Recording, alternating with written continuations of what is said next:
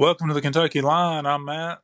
And I'm Clifton. So coming to you after the final game of this 25-26 season for the Kentucky Wildcats as they lose 82-63 to Iowa State in the second round of the NCAA tournament.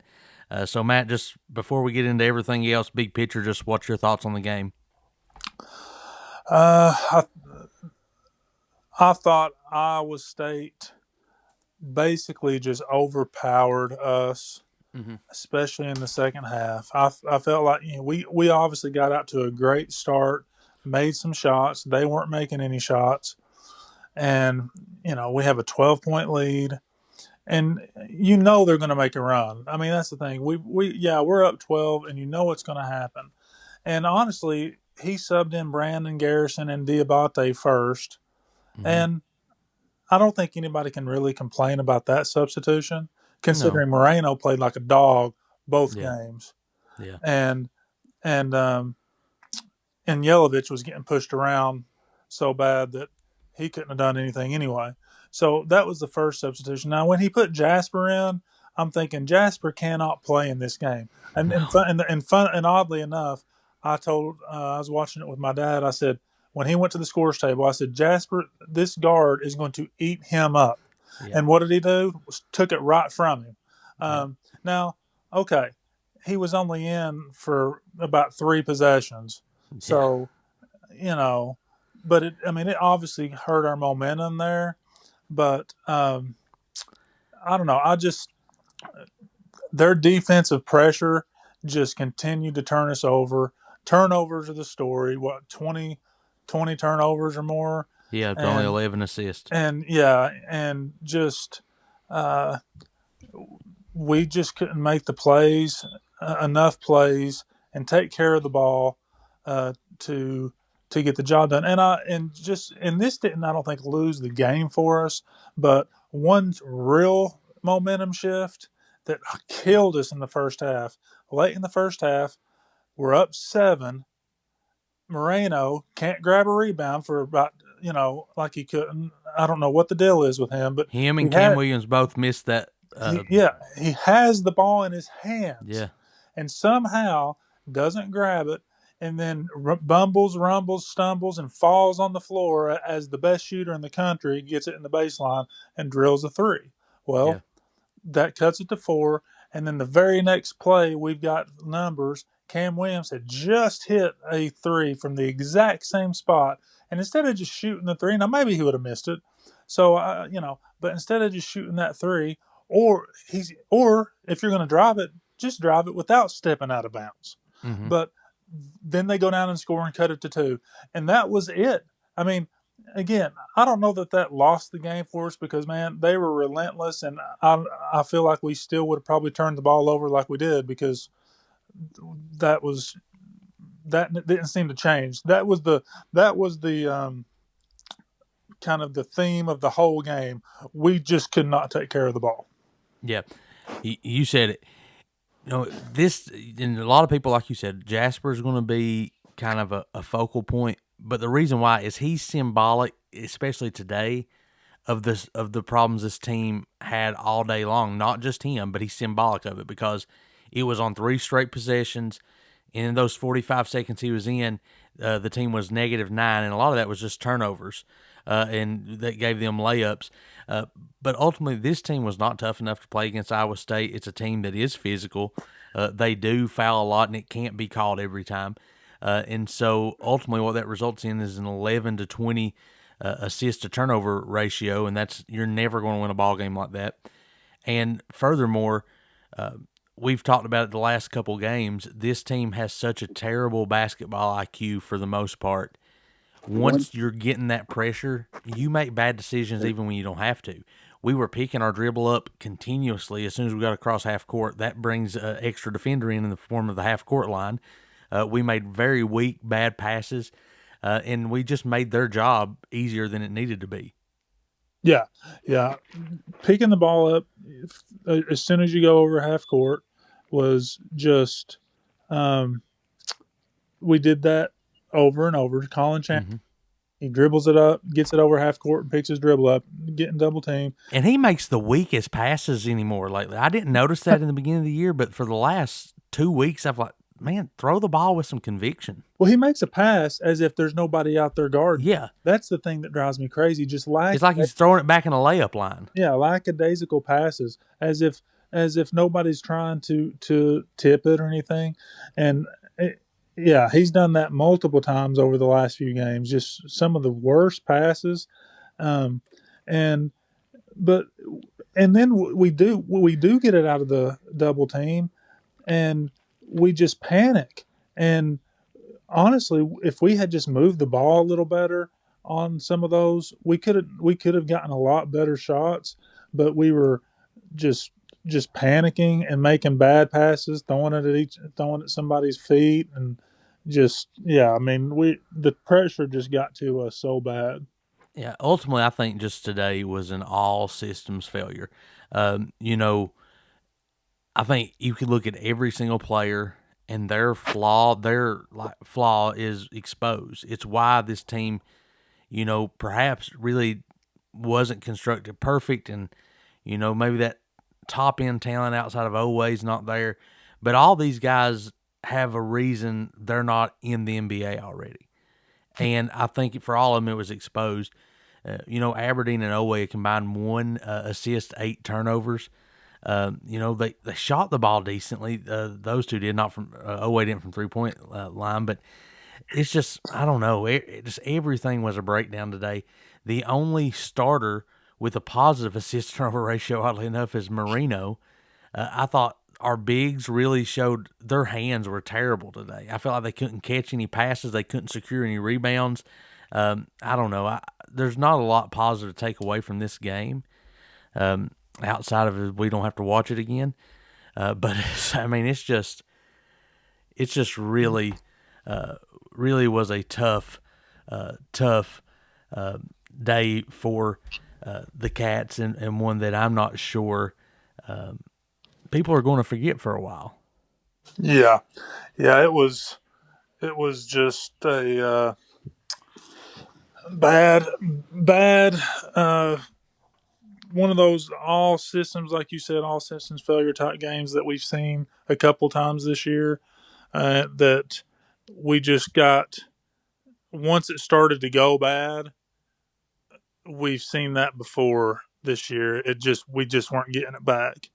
And it was just little things. We would score, and uh, you know um, we would score, and then just crazy stuff would happen.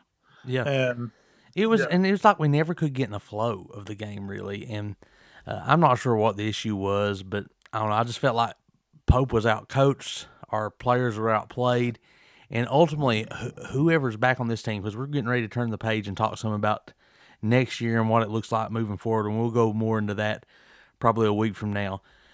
But whoever's back has to work on individually getting better, getting stronger. I think Marino, the hope I think for everybody is he's a focal point of this team moving forward. Him and Chandler, but they both have things they need to take care of. Chandler, I think, has to make better decisions. Has to become a player that has kind of a counter punch when you take away his first option, what he wants to do, and then Marino just has to get stronger. He has to get stronger, make better decisions, and I think they're both capable of doing that. But right now, this team was just flawed, and I don't know hardly what else to say about this game. It was bad. this game showed the real deficits of this team. I felt like, Mm-hmm. and like you said, Chandler next year, if he's back, he can't be so one dimensional.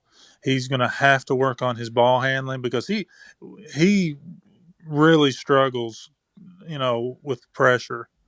And um, I feel like he's got to get better, like you said, to give himself more of an option to score. He needs to be more of a threat to score Mm-hmm. than just a 3 pointer. Yep. And and then Moreno is just going to have to get stronger. Listen, I thought Moreno played great for the most of the part of the year. He did a Mm-hmm. lot of good things, but I thought really in these last few games, I don't know what it is, but it seems like his lack of physicality and almost just some of his deficits really came Yeah. to surface.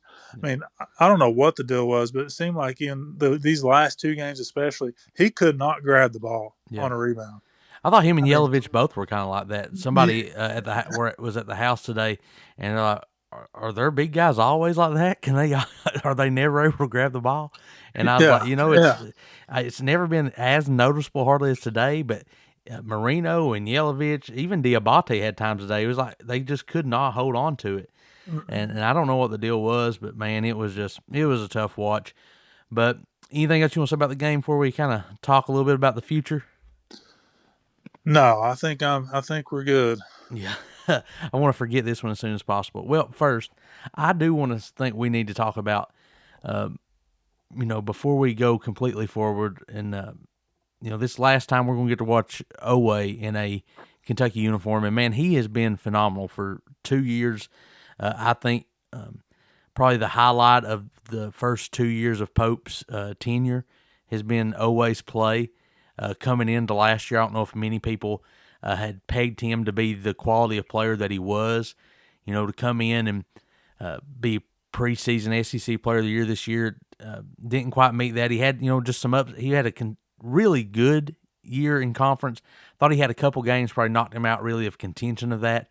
Yeah. That were some of his worst games, but overall still a all SEC type player, and probably I would guess over 95% of his games he was in double figures, just consistent, and a guy that I'm going to miss. I think having the shot, Friday afternoon probably ensures that he's not forgotten at Kentucky.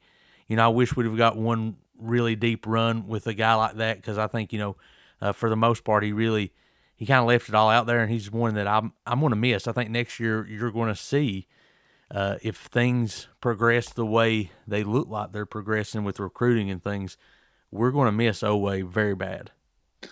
Oh yeah. Well, listen, you take away almost 19 points a game in conference play, and that's a big hit. And a That's guy a that's able to guard anybody else's best player and not just get abused. that's right. Yeah, great defender when he wants to be, and um, obviously he uh, was our primary scorer of the ball. Yeah, they're big shoes to fill. That's going to be. I mean, honestly, he's going to be the biggest piece that we lose. That I feel like we're going to have. I mean, we have to get somebody uh, that can score the basketball next year. Yep. We've got to get kind of that stud that we've talked about that we need that can come in and get us 15 to 20 a game. Yep. All right. Well, with that in mind, let's talk a little bit about next year.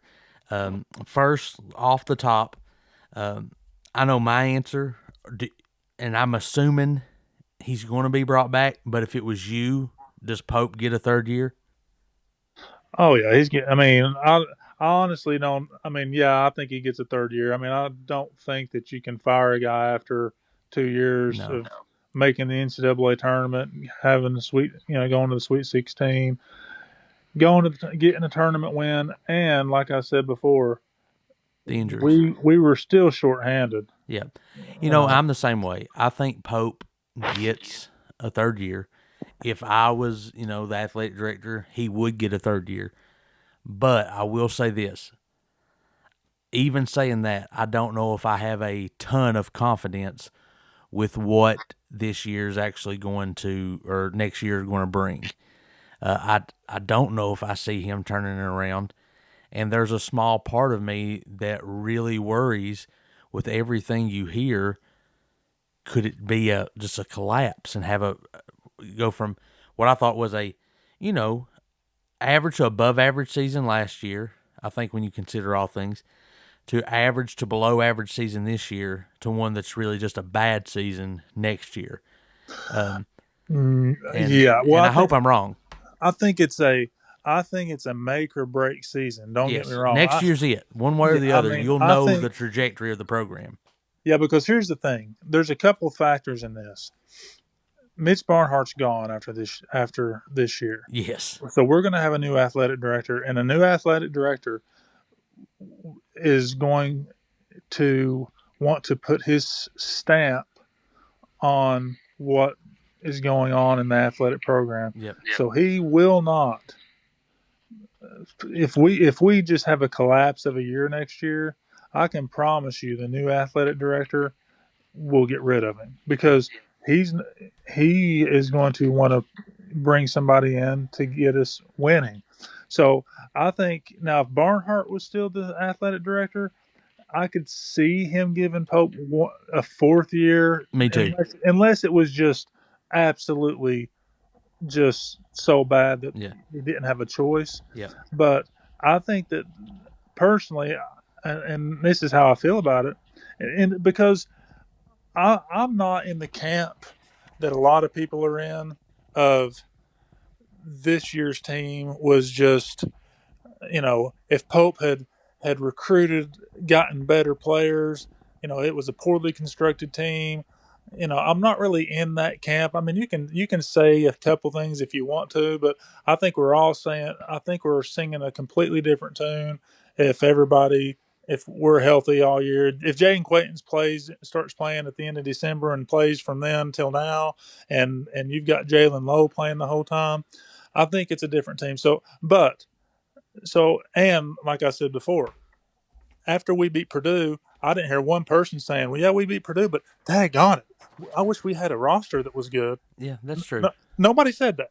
No. So I'm not in that camp, but I am in the camp of being very worried about the future because we do not have any recruits. Yes. Well, let's talk about, I think the big quote you're going to see here soon is sometimes the biggest recruit is the one you already have, and that means a guy that either entered the transfer portal and came back or decided not to enter the transfer portal. So let's assume off the top, Oweh Aberdeen, they're gone. They have no eligibility left, and Jaden Quainance is Gone. surely going to the NBA. Okay, so those three we know are not on the team next year. So let's start. Yes or no? Maybe one sentence. If we want to, do you want them back? Would you? Is there? Well, let me do it simpler than this. Is there anybody on the team you would just not leave the option open for them to return if they wanted to? Oh, not leave it. So Yeah, so you're pretty much saying you're no longer welcome here. Is there okay. anybody you say, hey, we got to go a different way? Well, I'm not sure how much we're paying Brandon Garrison, but I would rather put that money to better use. Okay. Personally, I, Yeah. I, I don't think we need to bring him back. Okay. So And do the you? reason I say that is because I'm not sure how much better he can get because I don't feel like he got much better from last year to this year. Yeah, that's probably true. And I think that's probably the worry I think I have. One of the marks I would have against Pope, and if I'm the new athletic director, what I'm concerned with is really none of the players that were year two in his system took a significant step forward like we thought. The only exception I think was Chandler. From like beginning of last year to the end, he got significantly better and probably took like half of what we wanted him to do, but really didn't. Oweh, I thought, was about the same player. He was consistent, and I think just his shooting probably limits how much better he can get. But Garrison and Noah both either were the same or regressed. Yeah, So yeah, Garrison, I'm one that I don't personally. I probably don't think he's going to be on the team. I think he would probably demand a little more than what you want to pay for his production. I think if you could magically make Garrison, a basketball savant, yeah, I would take him in a heartbeat because he'd be an All-American. But he's not that. I don't think that's ever going to change going into his senior year. You don't really see guys grow in that area usually by their last year in school. Yeah, so Garrison for you is one you would just assume he's not on the team? yes, Okay. yes. I would assume that Garrison's going to transfer. Okay. So let's just run down. Do you think they're on the team next year or not? Let's do it like that. So Garrison, I think we're both saying no. I don't know if I would pull a scholarship from him or tell him to leave, but I think he's one he won't be. So let's just start at the top then. Jalen Lowe, do you think he's on the team next year? I want him to be on the team next year. I mean, I would like for him to be on the team next year, but I don't think he will be there. I don't either. And here's my thing. If unless he's willing, honestly, and I know, I think you're probably a little higher on him than I am, and I know he was hurt, and so it is hard to gauge that. But just looking at the returns you had this year, the numbers, and his previous time, I just don't know if he can be a starting point guard on a quality team. He's very ball dominant, and to me, he's one. I mean, if he wanted to stay, I don't think you kick him off the team, but I think you're pretty honest with him, saying, "Listen, we're going after the best of the best guards in the country, and that may mean your role's not exactly what you think it'll be." But no, I don't think he'll be on the team either. Yeah, I don't think he'll be there. No. All right, Yelovich. Honestly, I have no idea with Yelovich, I'm going to just say probably not. Yeah, I'm the same way. He's probably the one I have the least feel for, but I'm gonna say no. Marino, I think Marino will be back. I do too, but I will say I have a little bit of hesitation just because I feel like there's been some animosity toward him lately. And did you see the video that came out? A guy just crushing him online and was talking about his mom and different things. And it was so bad he actually kind of released a statement on it. Oh, really? Yeah. And then, if you listen to KSR, there was almost some hinting like people are talking behind the scenes like, well, they're going to have to be willing to pay him. So it does make me wonder. I lean yes, but I don't think it's as sure of a thing as I thought, probably 2 weeks ago. What I just assumed was that, he's going to kind of be the focal point. But we'll say yes to Marino. All right, Colin Chandler. I mean, I feel like Chandler will be back, Me but too. again, honestly, with the way things are in college basketball, I have no clue. I mean, nothing would surprise me, but I feel like he'll be back. Yep, me too. I'll say that. I mean, you can't say for sure on anybody, but yeah, I'm going to assume Chandler is. Diabate. I'm gonna guess Diabate's not back. Me too. And it's not. I don't think Diabate's not a bad player, and I think No. he showed at times here lately, especially what he brings to the table. He really saved us in a couple games. I thought here lately, Yeah. even as late as Santa Clara, man, he had great numbers, but I just don't think he's a fit for Pope's system. No, I agree. Yeah, I And so I'm think gonna say he's not. I think he's more than likely not going to be back. All right, Cam Williams. I have a feeling Cam will be back. Me too, and he's one I really hope is because I think he's one that, and I think for all these guys, something I want to see that I've not seen under Pope, and it was something you saw a lot under Cal, was kind of that body changing and putting on a lot of muscle while they were in the program. I've not seen guys' bodies change a lot the way you do for some teams, but I think Cam and Marino especially are guys, if they could put on the right kind of weight and they get stronger and more physical. Cam's a guy I think can really take a next step and become a first round draft pick. Yeah, no, I think so too. Yeah. All right, and sure. I guess that gets us to the two Kentucky players, Jasper Johnson. I mean, I've heard. It sounds like that there's a decent chance that he may go somewhere. But here's the thing with Jasper. I hope he stays Yeah, because me I think Jasper has potential to be a really good player. But if he goes because he wasn't happy with his situation this year, well, let me just tell you something. He wasn't good enough to play on any SEC team this year. No, I hear consistently, well, he's going to be at Alabama next year, or he's going to be at North Carolina. Those are the two. I'm going to tell you, if he is, and they're paying him a significant amount of money, and he's who they think is going to be a focal point, he will have to get significantly better. Yep, that's right. That's exactly right. So I mean, if he you who's he playing for? Who is he playing over at Alabama this year? Well, maybe the guy just got arrested because he may be looking at federal penitentiary, but outside of Okay, that may right. But that may open the door for him. I'm saying before today, Yeah, no, who would no he one, have played over at Alabama this no year? one, no Nobody. one. Okay, Just, I you mean, know, here's my thing on Jasper. The biggest thing, obviously, is he weighs 140 pounds soaking wet.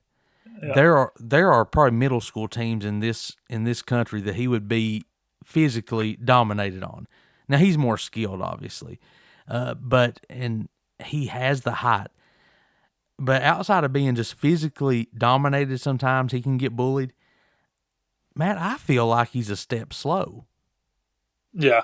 I He don't is. think like he's fast enough for his size. Yeah, he is a little. He is a step slow, and I think a lot of that is just. Well, a lot of that is he's got that kind of long stride. Yeah, He's a little longer and gangly, so I think it looks like he's a little slower than he is. So I think there's that, and he just doesn't have the strength. He doesn't have the quickness, and I think a lot of that is just he doesn't have that strength yet. His legs up under him. my pastor this morning actually he said, "You know what, Jasper Johnson?" He said most of them lefties have a pretty shot. He said, but his is kind of odd looking, and I said it is a little different. So yeah, he's got some work to do wherever he's going to play if he's wanting to play at this level of basketball. And I think a guy that's come in top 20 in the country, 5-star recruit. I didn't see it this year, but I think it's there. But it's just he's gonna have to be patient and probably block out some outside noise that's saying, "Hey, you just didn't get your opportunity." Jasper got his opportunity, I think, and I think if he'd have came in and been able to contribute, there was a place Pope wanted to play him 15 to 20 minutes a game Yeah, here. Pope probably tried too hard to play him. Yes, If we're being honest. yeah, there was nobody else to play, Yeah. or and then finally Trent Noah. Listen, man. I, I, I honestly, I think that there's a good chance Trent will go somewhere to like a mid major, Yeah, um, that where he can play. I'm not real sure how many minutes he'll get in any major program, even if no, he transferred. Um, so I don't see like any power four school coming after him and being like, "Hey, we're going to pay you this much." Now I could no. be wrong about that, or more than Kentucky's going to pay you. I think Kentucky will try to keep him, um, but I have a feeling that Trent's probably going to go play somewhere. My thing is I hope he stays at Kentucky because starting next year and even this year, unless you're grandfathered in a walk on, there's no more walk ons. But you have 15 scholarship spots. If you have 15 scholarship spots, to me, there's room for a guy like Trent Noah, who I could see by his senior year being the ninth or 10th guy to come in. If somebody's in foul trouble, hopefully he's able to knock down a shot when he's called upon. But because there were times this year he just simply could not do that. When he had open looks, he passed them up, and when he took them, he missed them. And I think he's got some physical deficiencies that kind of may hold him back from being what some people think he is. But ultimately, he's a Kentucky kid who has enough potential to play some, but I don't think he's ever going to be a starter, like you said, at the Power 5 level. I hope he's on the team. I'm actually going to say yes, he is back. But I don't know. It's all going to depend on, I think, his mindset. If he wants to go and play, he's probably not here. If he's happy to, sit and have the best seat in the house and make some NIL money, that's probably what I would be. But that's probably why I didn't push myself in to that level to be that kind of athlete. I think when you're as good as these guys are, and him included, your mindset's different. It's I want to play, I can do that. He probably believes that, so he wants to go get that opportunity. Uh, Yes. but I would be happy to sit there and just hand out Gatorade, but that's probably not him. But I'm still going to say he's back for at least one more year. Yeah, I mean, I'm hoping he comes back, but I could if I heard, hey, he's transferring to Furman or something like Yeah, that, I wouldn't be shocked. But hey, listen, man, does he want to go play at Furman? And listen, and I'm not even sure. Listen, these teams, these good mid-major teams, they've got good players, man. And Yeah. so, there's no guarantee that he'd go to a place like that and start. And Well, and the only thing for me that's kind of saying he has to take that big a step down is like Travis Perry. I think looking last year, Trent Noah outplayed Travis Perry last year, and I think for me, I thought he had more potential than Perry. But Perry still commanded, seven figures, so over $1 million at Ole Miss, and I think it's because they had a relationship. They recruited him really strong out of high school, and South Carolina said they're keeping Lamont Paris. Is that something they're calling Trent Noah and saying, hey, we need bodies? I recruited you. I believed in you first. Is that a call that could get made to Trent Noah and maybe pull him out? That's the yeah, only way I see, him sticking at this level would be maybe that situation. And you just never know what he's thinking. And then I guess finally we skipped over him, but Reese Potter, who redshirted, and Hawthorne, I assume both those guys will be back. Hawthorne, I guess, is the only one really's got a decision to make. He's got a lot of potential if you look at everything. You think he have any reason to believe that he won't be here? no, I think he's coming back. And if I'm correct, I think he's already said he's planning to be back. Yeah, he Um, has, but I know things can change, yeah, but I think Hawthorne will be back. I mean, I think he'll be on the team, and I'm sure Reese Potter will too. So, yeah. um, So I guess that leaves us then with we agree on 5. Noah's the question mark for 6 of who was here this year. That's 4, possibly including Noah, 3 if not. But we'll find out. The transfer portal will be opening here soon. We'll hear some names. I'm sure, this week we'll probably hear if anybody's definitely planning on going. It could be soon. But I guess, Matt, if it's all right with you, we'll go ahead and wrap up. Anything you want to talk about before we hop off here, and we may look big picture at the future later in the week. yeah, I just think, I mean, obviously a tough loss today, and as far as the future goes, there's a lot of question marks, and I think that uh, Mark Pope is if he's he's going to have to get some studs on this team, or I think we're going to be looking at a whole lot like next year, like we did this year. All right. So, next or later in this week, we'll come back and it'll be kind of a what's going on in recruiting episode. Catch everybody up with what we've heard and read. I want to have a discussion, big picture. We've hinted at it all year. There's some problems on the recruiting front. There's a lot of fingers being pointed. Who's to blame? We're going to dig into all that juicy gossip and maybe set the scene for this off season. We'll probably go down to one episode a week through the off season, and we'll kind of keep everybody updated. But we should be back probably toward the end of the week. And go Cats! Go Cats!